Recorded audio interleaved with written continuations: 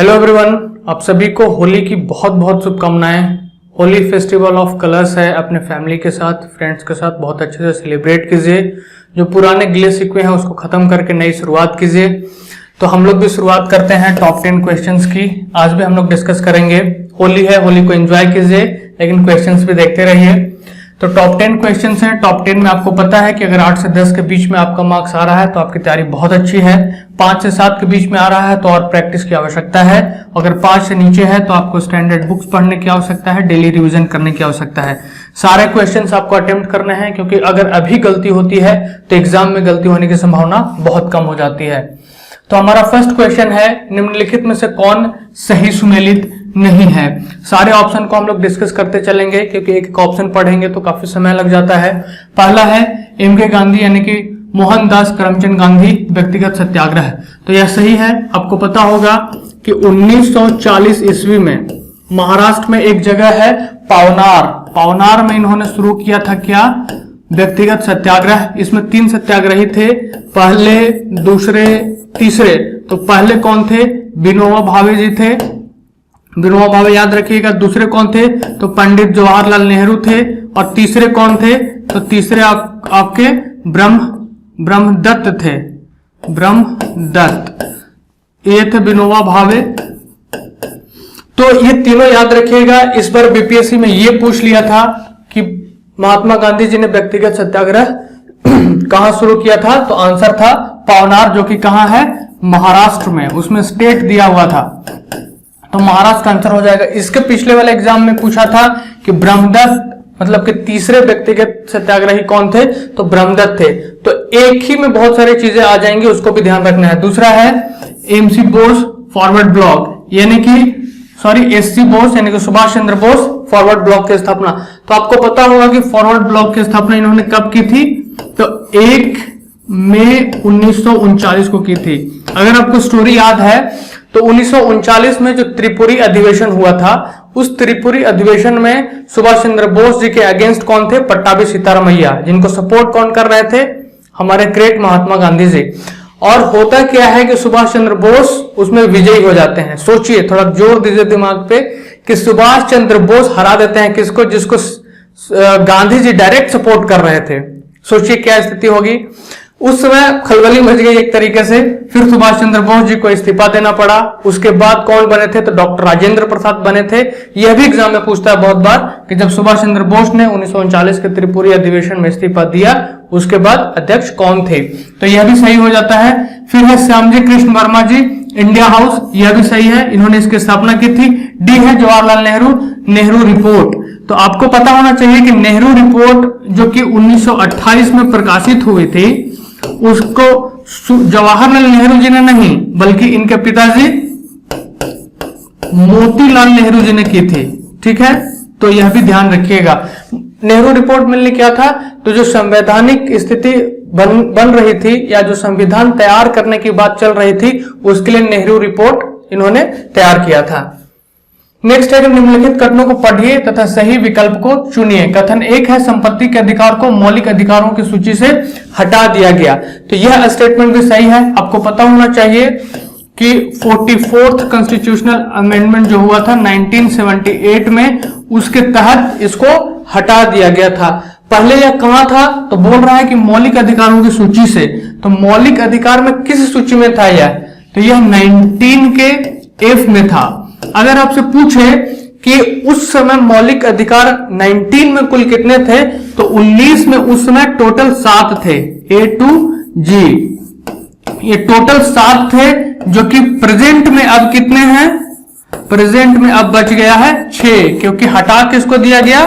Removed 19F को इन्होंने हटा दिया। अगर आपसे पूछे कि ए में क्या है, तो ए में प्रेस की स्वतंत्रता है। इससे भी डायरेक्ट क्वेश्चन आते हैं, इसलिए इसको भी आपको ध्यान रखना है। फिर नेक्स्ट है कथन 2, यह विधिक अधिकार है जो केवल नागरिकों को प्राप्त है। तो बहुत अच्छा क्वेश्चन है ये, इसको ध्यान रखना है। बोल रहा है कि विधिक अधिकार है, तो ये तो सही है क्योंकि मौलिक अधिकार अब रहा नहीं, यह विधिक अधिकार बन गया है। और विधिक ही नहीं, एनसीईआरटी की किताबों में इसको संवैधानिक भी कहा गया है। अगर एग्जाम में आए कि संवैधानिक अधिकार है तो संपत्ति अर्जित करना संवैधानिक अधिकार भी है। लेकिन जो यह वर्ड है कि केवल नागरिकों को प्राप्त है, तो यह गलत हो जाता है। केवल नागरिकों को नहीं है। केवल नागरिक कहने का मतलब क्या हो जाता है कि केवल नागरिक यानी कि जो भारत के सिटीजन हैं उनको, तो सिर्फ उनको नहीं है, जो भारत के सिटीजन नहीं है अगर वो भारत में रह रहे हैं तो उनको भी धन अर्जित करने का अधिकार है। मान लीजिए आपका कोई फ्रेंड नेपाल का है, वो यहाँ रह रहा है, या ब्रिटेन का है, वो यहाँ रह रहा है और धन अर्जित कर रहा है, तो उसको भी वो अधिकार है।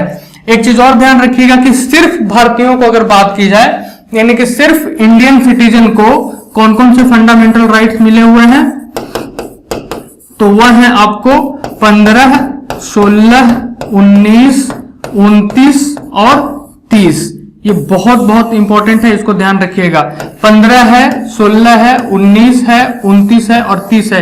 ये सिर्फ भारतीय यानी कि केवल इंडियन सिटीजन्स को ये मिला हुआ है, इसके अलावा और किसी को नहीं है। तो इसमें कौन सा ऑप्शन सही हो जाएगा, यानी कि सिर्फ पहला सही है, दूसरा सही नहीं है, यानी कि कथन एक सही है लेकिन दो गलत है।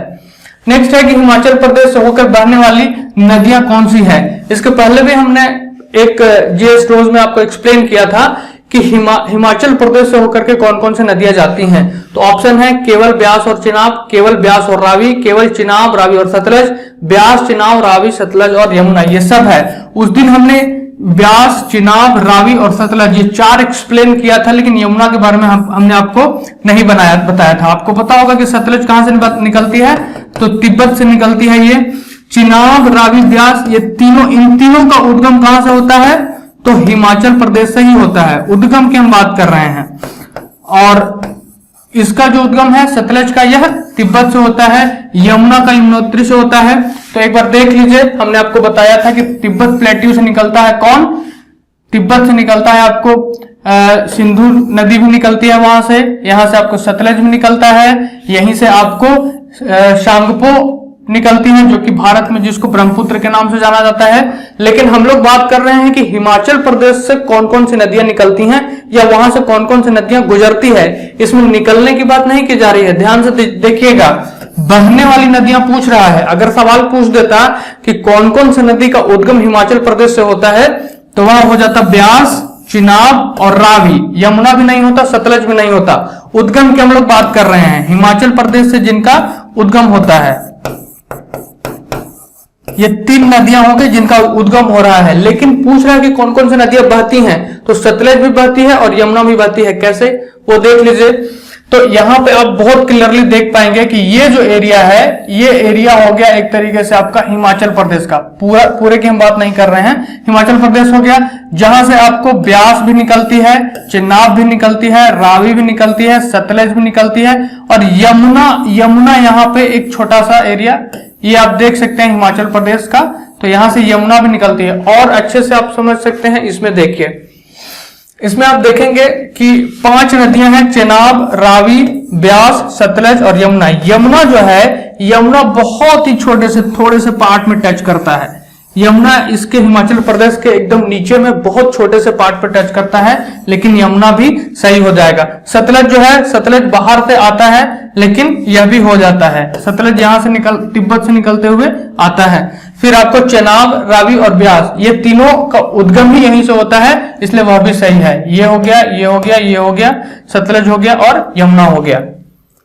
इलेक्ट्रॉन निम्नलिखित में से कौन सा परमाणु यानी कि एटम का भाग नहीं है, पूछ रहा है कि कौन सा नहीं है। तो आपको पता होना चाहिए कि जो एटम होता है या जो परमाणु होता है, उसके नाभिक में, सपोज ये न्यूक्लियस है, तो यहाँ पे प्रोटॉन और न्यूट्रॉन होते हैं, ठीक है। प्रोटॉन पे क्या होता है, प्रोटॉन पे पॉजिटिव चार्ज होता है, न्यूट्रॉन जो होता है वो न्यूट्रल होता है, नाम ही उसका न्यूट्रॉन न्यूट्रल है। और जो इलेक्ट्रॉन होता है, ई इसके चारों ओर होता है, यानी कि यहाँ पे इलेक्ट्रॉन हो गया इसके चारों तरफ। तो इलेक्ट्रॉन क्या होता है, निगेटिवली चार्ज होता है, ठीक है। तो इसके ये पूरा क्या होगा, ये पूरा एटम का पार्ट हो गया। तो एटम में इलेक्ट्रॉन भी होते हैं, प्रोटॉन भी होता है, न्यूट्रॉन भी होता है। पूछ रहा है कि कौन सा नहीं है, तो इसका आंसर हो जाएगा ये नहीं होता है। तो आप पूछेंगे कि फिर फोटोन क्या होता है, तो फोटोन जो सूर्य है, सूर्य से जो किरणें आती हैं, तो फोटोन के थ्रू जो एनर्जी आता है, कहा जाता है कि सूर्य से बोरे के बोरे फोटोन आ रहा है। बोरा समझते हैं, जिसमें आलू या बहुत सारी चीजें आती हैं सामान, तो बोरे के बोरे वहां से फोटोन आता है, यानी कि बंडल्स में आता है फोटोन। फोटोन जो एनर्जी है वो बंडल के फॉर्म में आता है सूर्य से, जिसके कारण बहुत सारी जो एनर्जीज है या बहुत सारी जो किरणें हैं उससे प्राप्त होती हैं। तो एटम, हाँ ये भी देख लीजिए कि पार्ट ऑफ एटम्स कौन से हैं। तो न्यूक्लियस में कौन रहता है, तो न्यूक्लियस में आपको है प्रोटॉन और न्यूट्रॉन न्यूक्लियस के अंदर रहता है, और इलेक्ट्रॉन जो होता है वह बाहर में होता है। अगर पूछ ले, ये भी पूछ सकता है कि किसका आविष्कार किसने किया था, तो प्रोटॉन का किया था आपको गोल्डस्टीन ने, इलेक्ट्रॉन का किया था जे थॉमसन ने, और न्यूट्रॉन का किया था आपको चैडविक ने। तो इसको भी ध्यान रखिएगा। नेक्स्ट है कि जनगणना 2011 के अनुसार निम्नलिखित में से कौन सी बात सही नहीं है। जनगणना 2021 की बात है, अब 2011 की बात है ये। 2021 का जनगणना भी हो चुका है, लेकिन वो डेटा अभी हम लोगों को प्राप्त नहीं है। तो एग्जाम में जो भी क्वेश्चंस पूछे जाएंगे आपको, वो यही 2011 के डेटा के हिसाब से अभी आपको पूछा जाएगा। ठीक है, तो भारत में विश्व की 18.5% जनसंख्या है। ठीक है, दूसरा है कि भारत की जनसंख्या 121 करोड़ है। अब तो खैर इससे कहीं ज्यादा आगे निकल गया है, लेकिन इस डेटा के हिसाब से पूछ रहा है। फिर है कि 2001-2021 के दशक में जनसंख्या वृद्धि 18.1 करोड़ की इतना दर्ज हुई थी, या जनसंख्या का सर्वाधिक घनत्व दिल्ली में है। तो आपको पता है कि सबसे ज्यादा जो डेंस पॉपुलेशन है वो दिल्ली में है, शायद 11,320 के आसपास है। वो डेटा हमको एग्जैक्ट ध्यान नहीं आ रहा है, लेकिन उतना वर्ग किलोमीटर है, यानी कि एक वर्ग किलोमीटर में लगभग 11,000 लोग रहते हैं। ठीक है, और ये वृद्धि 18.1 थी, तो यह भी सही है। जनसंख्या 2011 जनगणना के अनुसार 121 करोड़ था, यह भी सही है। लेकिन ये जो परसेंटेज दिया है यह कितना था, तो परसेंटेज था 17.5। ये डेटा अब चेंज हो जाएगा धीरे धीरे, यह ध्यान रखिएगा। अगर पूछ ले कि इंडिया का डेंसिटी क्या था, तो इंडिया का डेंसिटी था 382 वर्ग किलोमीटर जो था, उतने परसेंट रहते थे। बिहार का कितना है, तो स्टेट वाइज सबसे ज्यादा किसका है, बिहार का है, और ये है आपको इंडिया का। नेक्स्ट है कि निम्नलिखित में से किसने कुतुब मीनार के निर्माण में योगदान नहीं दिया था। सवाल में नहीं इसलिए ध्यान देना पड़ता है क्योंकि अगर आप सवाल जल्दबाजी में पढ़ेंगे, आपने ध्यान नहीं दिया, तो पता चलेगा कि किसने योगदान दिया, तो हो सकता है आप कुतुबुद्दीन ऐबक मार के आ जाएंगे। बात सही है कि इसकी शुरुआत कुतुबुद्दीन ऐबक ने की थी, लेकिन इसको कंप्लीट किया था किसने, कंप्लीट किया था फिरोज शाह तुगलक ने। कंप्लीट किया था इसको इल्तुतमिश ने, लेकिन भूकंप में या किसी कारण से उसका जो चौथा मंजिला था वह गिर गया था। फिर उसको रिपेयर कराया फिरोज शाह तुगलक ने, और 2 और मंजिलें बनवा दी इसने, यानी कि 5 मंजिला इसने बनवा दिया था। अगर आपसे पूछे कि यह जो कुतुब मीनार है वह किसके नाम पे था, तो उस समय एक सूफी ख्वाजा थे कुतुबुद्दीन बख्तियार काकी। कुतुबुद्दीन बख्तियार काकी के नाम पे यह कुतुब मीनार का निर्माण किया गया था। तो इसमें कुतुबुद्दीन ऐबक भी हो जाएगा, इल्तुतमिश भी हो जाएगा, और फिरोज शाह तुगलक भी हो जाएगा, यानी कि अलाउद्दीन खिलजी इसमें शामिल नहीं था। तो आंसर हो जाएगा आपको क्या, आंसर हो जाएगा सी। कुछ चीजें और भी हैं जो आपको ध्यान रखनी चाहिए, जैसे कुतुबुद्दीन ऐबक जो है, जब दिल्ली में गुलाम वंश का शासन स्टार्ट हुआ, या जब दिल्ली सल्तनत का टाइम पीरियड स्टार्ट होता है, तो दिल्ली सल्तनत में कितने हैं, 5 राजवंश हैं मेनली। 5 राजवंश कौन कौन से हैं, तो एक ट्रिक है कि गुलाब खिले तो सूंघ लेना, यानी कि ग से हो गया गुलाम वंश, खी से हो गया खिलजी वंश, तो से हो गया तुगलक वंश, स से हो गया सैयद वंश, और लेना मतलब लोधी वंश। ठीक है, तो गुलाम वंश जो था आपको, गुलाम वंश का संस्थापक था कुतुबुद्दीन ऐबक, जो कि कब से कब तक था, तो 1206 से 1290 तक था, जिसके ये दोनों शासक हुए, कुतुबुद्दीन ऐबक और इल्तुतमिश, ये गुलाम वंश का था। ठीक है, उसके बाद अगर खिलजी वंश की बात की जाए, तो खिलजी वंश का शासन 1290 से लेकर के 1320 ईस्वी तक था। इसका कौन शासक हुआ, खिलजी वंश का, तो अलाउद्दीन खिलजी हुआ। लेकिन गुलाम वंश के हो गए, खिलजी वंश के हो गए। तुगलक वंश की बात करें तो तुगलक वंश था 1320 से लेकर के 1398 ईस्वी तक, जिसमें यह फिरोज शाह तुगलक था, गयासुद्दीन तुगलक हुआ, मोहम्मद बिन तुगलक हुआ, जिसके डिसीजंस बहुत अजीबोगरीब होते थे। तो इसका आंसर कौन सा हो जाएगा, अलाउद्दीन खिलजी, यानी कि कुतुब मीनार के निर्माण में कुतुबुद्दीन ऐबक ने स्टार्ट किया, कंप्लीट किया इल्तुतमिश ने, फिर उसका 2 मंजिल और बना दिया फिरोज शाह तुगलक ने। तो इसमें ए बी सी तीनों हो जाएंगे, ए बी डी हो जाएंगे, लेकिन सी इसमें नहीं होगा। आगे है कि भारत में त्रिस्तरीय पंचायती राज व्यवस्था की सिफारिश किसने की थी? ऑप्शन है अशोक मेहता समिति, बलवंत राय मेहता समिति, जीवी के राव समिति और एल एम सिंघवी समिति। ठीक है, एल एम सिंघवी समिति ने। अगर त्रिस्तरीय पूछ रहा है तो इसका आंसर हो जाएगा अशोक मेहता समिति। अगर द्विस्तरीय पूछता, सॉरी, अगर त्रिस्तरीय पूछ रहा है तो बलवंत राय मेहता समिति हो जाएगा। अगर 2 स्तरीय पूछता, 2 स्तरीय अगर पूछता तो 2 स्तरीय में हो जाते अशोक मेहता समिति। हालांकि ये जितनी भी समितियां हैं ये सभी आपको जुड़े हुए हैं किससे? तो ये सभी पंचायती राज व्यवस्था से जुड़े हुए हैं, इसको भी ध्यान रखिएगा।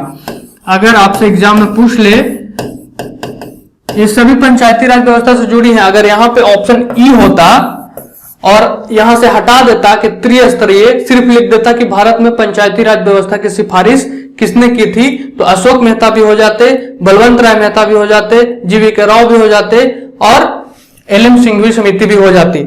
आपसे टाइम पीरियड भी बहुत बार पूछ सकता है, जैसे बलवंत राय मेहता समिति जो है यह कब हुआ था, तो इन्होंने सिफारिश की थी 1957 में। ठीक है, इसमें इन्होंने अपना जो रिपोर्ट है वो रिपोर्ट प्रस्तुत किया था। ठीक है, रिपोर्ट इन्होंने प्रस्तुत किया और उसके बाद 2 सितंबर 1959 में जो राजस्थान की विधानसभा है, राजस्थान की विधानसभा उसको पास करती है और 2 अक्टूबर 1959 में पंडित जवाहरलाल नेहरू ने राजस्थान के नागौर जिले में उद्घाटन किया पहली पंचायती राज व्यवस्था की। ठीक है, तो इसका मतलब, और वो पंचायती राज व्यवस्था क्या थी, तो त्रिस्तरीय थी। त्रिस्तरीय कहने का मतलब जिला हो गया, ब्लॉक हो गया और ग्राम हो गया, ये त्रिस्तरीय व्यवस्था उन्होंने दी थी। फिर अशोक मेहता समिति कब हुआ था, तो यह 1977 में हुआ था, यह 2 स्तरीय था। जीवी के राव समिति अगर पूछे तो यह कब हुआ था, तो यह 1985 में इन्होंने अपनी रिपोर्ट दी थी। उसके 1 साल बाद एल एम सिंघवी ने 1986 में अपनी रिपोर्ट दी थी। तो यह भी ध्यान रखिएगा, आगे एग्जाम में क्या पूछ लेगा यह कोई नहीं जानता है। नेक्स्ट है कि निम्नलिखित सागरों का पश्चिम से पूरब सही क्रम आपको बताना है। मेनली 4 ऑप्शन में एक ही है, काला सागर, भूमध्य सागर, कैस्पियन सागर और अरब सागर। तो आपको पता होना चाहिए कि जो मेडिटेरेनियन सी है, यानी कि भूमध्य सागर जो है वह सबसे पश्चिम में है और जो सबसे पूरब में है वो कौन सा है, अरब सागर है, जो कि कजाकिस्तान में है। आपको हम मैप के थ्रू दिखाते हैं। यह देखिए, यह है मेडिटेरेनियन सी, उसके बाद आता है ब्लैक सी, उसके बाद है आपको कैस्पियन सी, और यह जो है उज्बेकिस्तान और तुर्कमेनिस्तान, उज्बेकिस्तान के पास अरल सी है, कजाकिस्तान नहीं, सॉरी, अरल सी जो है वो उज्बेकिस्तान और कजाकिस्तान दोनों के बीच में एक तरीके से पड़ता है। सिर्फ कहना कि कजाकिस्तान में है तो वह गलत हो जाएगा। इसमें और देख लीजिए आप, मेडिटेरेनियन सी है, उसके बाद है ब्लैक सी, यानी कि सबसे पश्चिम में मेडिटेरेनियन सी, फिर ब्लैक सी हो गया, उसके बाद हो गया कैस्पियन सी, और उसके बाद कौन सा है आपको, तो अराल सी है। अराल सी का सिचुएशन अगर आप और अच्छे से देखना चाहें तो कैस्पियन सी के बाद में है, यह कजाकिस्तान हो गया, यह उज्बेकिस्तान होगा। यह भी सवाल पूछ सकता है कि अराल सी जो है वह किन 2 देशों के बीच में है, तो कजाकिस्तान और उज्बेकिस्तान के बीच में है। तो इसमें आंसर क्या हो जाएगा, इसमें आंसर हो जाएगा सबसे पहले कौन सा है, तो सबसे पहले है भूमध्य सागर, उसके बाद है ब्लैक सी, उसके बाद है कैस्पियन सी और फिर है अरल सागर। तो इसका ऑप्शन सी सही हो जाएगा। नेक्स्ट है कि कुछ विटामिन वसा में घुलनशील है जबकि अन्य जल में घुलनशील है। निम्नलिखित में से जल में घुलनशील कौन कौन सा है, तो आपको पता होना चाहिए कि विटामिन कुछ जल में होते हैं और कुछ वसा में भी होते हैं। जो जल में घुलनशील विटामिन है वह कौन कौन से हैं, तो वह है आपको बी एंड सी, ये जल में घुलनशील है। और जो वसा में घुलनशील है वो कौन कौन से हैं, तो इसके अलावा ऑप्शन से ही आपको पता चल जाएगा कि इसमें ए है, बी आपको जल में घुलनशील हो गया यानी कि डी है, उसके बाद कौन सा हो जाएगा, ई है और के है। ये सारे वसा में घुलनशील है और बी और सी जल में घुलनशील है। तो जल में घुलनशील का आंसर क्या हो जाएगा, D, vitamin B and C. Next है कि सिंधु सभ्यता के बारे में निम्नलिखित में कौन सा कथन असत्य है। सवाल पूछ रहा है कि कौन सा असत्य है, ध्यान रखना है आपको सत्य असत्य में। पहला है नगरों में नालियों की सुदृढ़ व्यवस्था थी। दूसरा है व्यापार और वाणिज्य उन्नत दशा में था। तीसरा है कि मातृ देवी की उपासना की जाती थी। चौथा है लोग लोहे से परिचित थे। तो जैसे जैसे आप नीचे आएंगे आपको पता होगा कि लोहे से नहीं ये लोग परिचित थे। आपको पता है कि इसको कांस्य युगीन सभ्यता कहा जाता था जो इंडस वैली सिविलाइजेशन थी। तो लोहा ऐसा ही गलत हो जाएगा, यानी कि लोहे के बारे में कब लोग जानना शुरू किए? तो 1000 BC के आसपास वैदिक सभ्यता के समय लोग लोहे से परिचित हुए। इसके पहले इसको कांस्य युगीन सभ्यता बोले जाते थे। नगरों में नालियों का सुदृढ़ व्यवस्था था, बिल्कुल सही है। आपको पता होना चाहिए कि नालियां बहुत सुदृढ़ थी, जो सड़कें थे वह समकोण पर काटती थी, वह बहुत सुदृढ़ थे। नगर व्यवस्था इसकी बहुत अच्छी थी, टाउन प्लानिंग। उससे अभी के नेताओं को, अभी के आर्किटेक्चर्स को उससे सीख लेनी चाहिए। हमारे यहाँ तो ऐसा करते हैं कि 2 दिन बारिश हो जाए तो नाव निकालना पड़ जाता है। यह देखिए कितनी अच्छी व्यवस्था है। तो इसमें आंसर क्या हो जाएगा? व्यापार और वाणिज्य उन्नत दशा में था, तो यह भी बिल्कुल सही है। उस समय का व्यापार आपको पता है, मेसोपोटामिया कहां से नहीं लोग व्यापार करते थे, तो यह भी सही है।